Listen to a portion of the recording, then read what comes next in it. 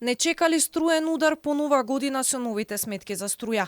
ЕСМ ќе ја продава електричната енергија за потребите на домакинствата и малите потрошувачи на универзалниот снабдувач за 57 евра за мегават час, што е за 7,5% повеќе од моменталната цена од 53 евра. Понудата била одбрана како најповолна на тендерот на универзалниот снабдувач, а повисоката цена важи за покривање на 95% од вкупно потребните количини за наредните 6 месеци. Од барањата од ЕСМ најмногу зависи и крајната пресметка која ќе стигне до граѓаните.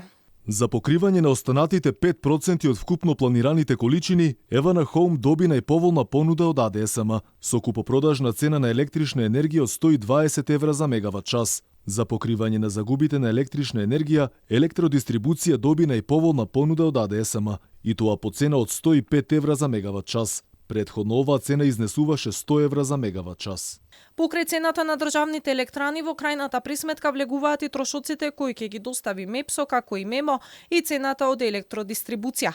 Финалната цена на струјата овој пат ќе ја слушнеме од Евана, ама пресметките предходно мора да добијат амин од регулаторна.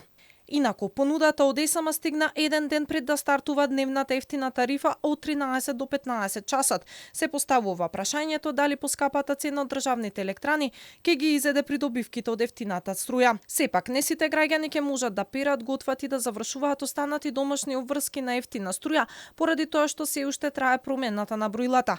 Еван упати и апел граѓаните да ги проверат. Ако на броилото од утре, од 13 до 15 часот, има ознака Т2, тоа значи дека домакинството има ефтина тарифа.